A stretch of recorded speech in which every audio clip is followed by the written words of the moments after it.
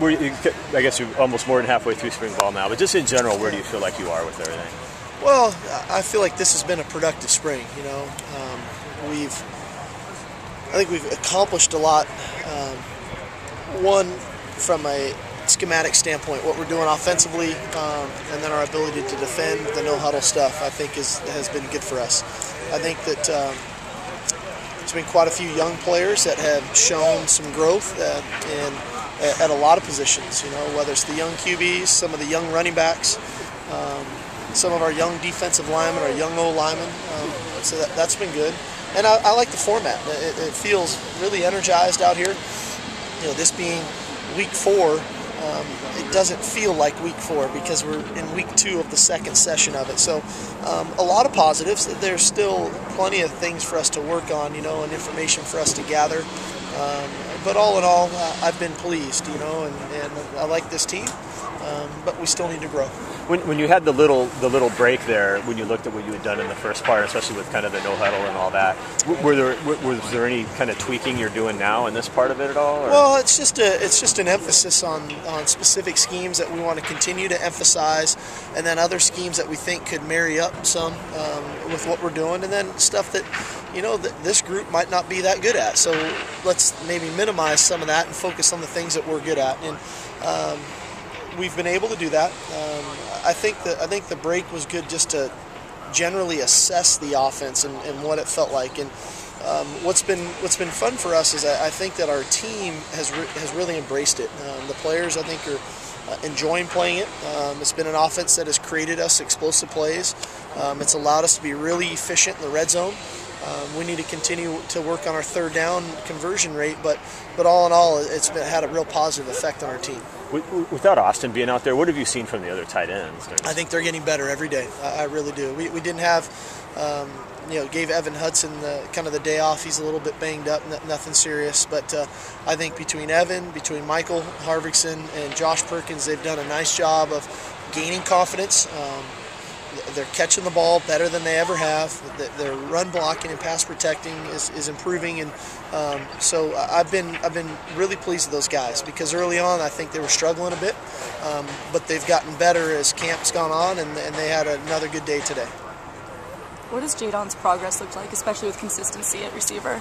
Well, it's just his overall confidence. Jadon is one of the most kind of upbeat and energized personalities on this team. He's got a lot of energy. He loves coming and practicing and having fun.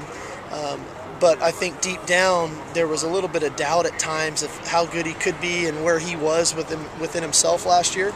I really think so far in spring he's got genuine confidence and belief in what he's doing and making his plays and knowing his assignments and using good technique, and if it doesn't go great this play, moving on to the next play and not harboring those negative thoughts from the last play. So he's really done a good job. He's matured, which has been impressive.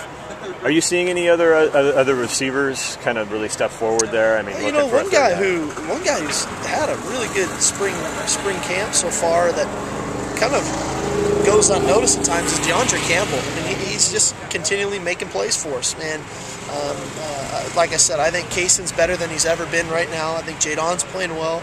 I think DeAndre is really asserting himself as a guy that's going to play extensively for us. And then the rest of the group, we got to find consistency.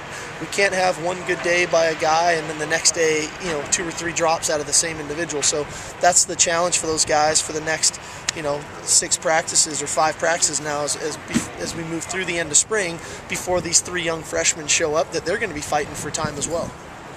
Several dual sport athletes have come through this program. As a coach, what do you like to see from those guys? Like, what extra element do they bring to the squad? Well, I think if you're a dual sport athlete and you're physically and mentally capable of doing that at the Division I Pac-12 level, you have to have a unique competitive nature about yourself. You have to be a great competitor to do that, and I think that's what those guys possess.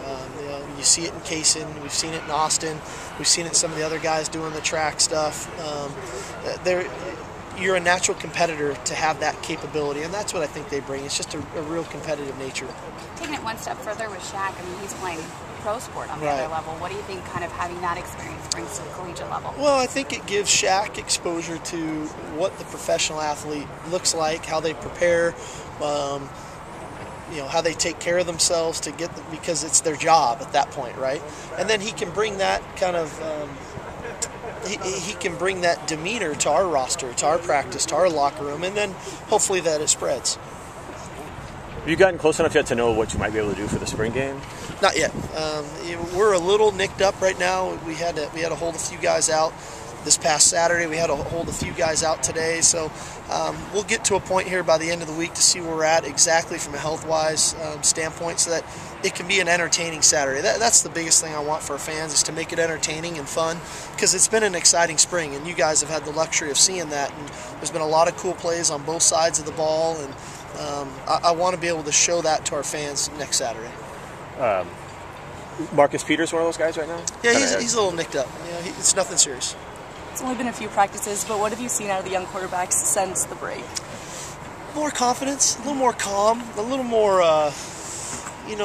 they're playing with, they're showing more composure during the play. It's not as frantic. And they're all playing better. They really are. I've been, I think that, we come out and we can say, oh, they're just getting better and they're getting better. The reality of it is they are. And, they have some plays where they want things back, but I think that their command of the offense, their understanding, their ability to get to second and third reads in their progression, understanding the protections, creating the tempo that we want, fixing things on the field when things aren't right to get them to where they can perform at their best have all improved here in the second half of spring. Sorry, I was late, Steve. It's only been a couple of days, but Eric Kohler at center, he's tackling over there. Where do you think he fit into the center? Well, we're just getting reps, right now to see exactly where we're at. Eric's working himself into shape.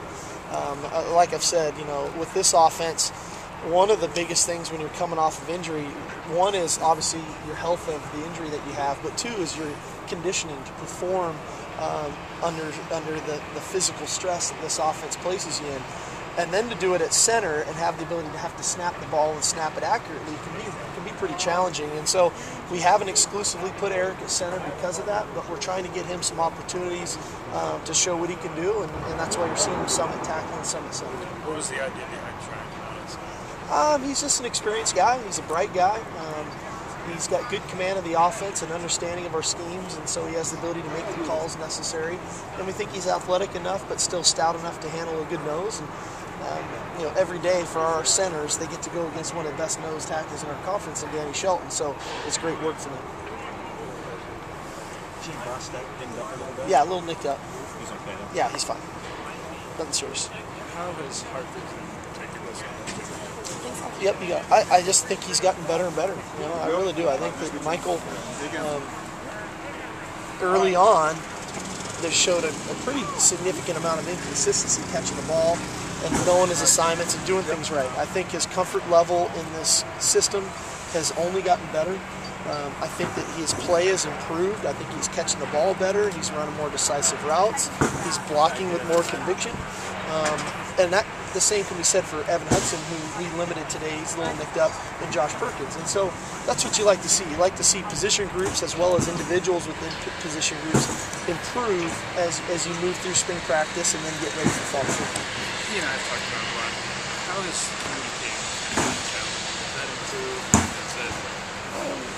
I think it's been good. I think, at times Mike's a very bright guy, and at times he can overanalyze things, and rather than just focusing on his job and doing his job to the best of his ability. And I think that he's realizing that more and doing a better job of it. With, how's the adjustment there with Marcus Truss going back in? Was there much of a kind of adjustment period with that? It's been great. Tui and I go a ways back. I coached him in Oakland, and then he was here with us for the first couple of years. And so Tui has a very good understanding of what I'm looking for out of the quarterback. And so, some of his coaching style and techniques are very similar to me and how I would handle that situation. So it's been a pretty easy transition. When you've been up your office lately? No. Your new office? I haven't. We need to go in.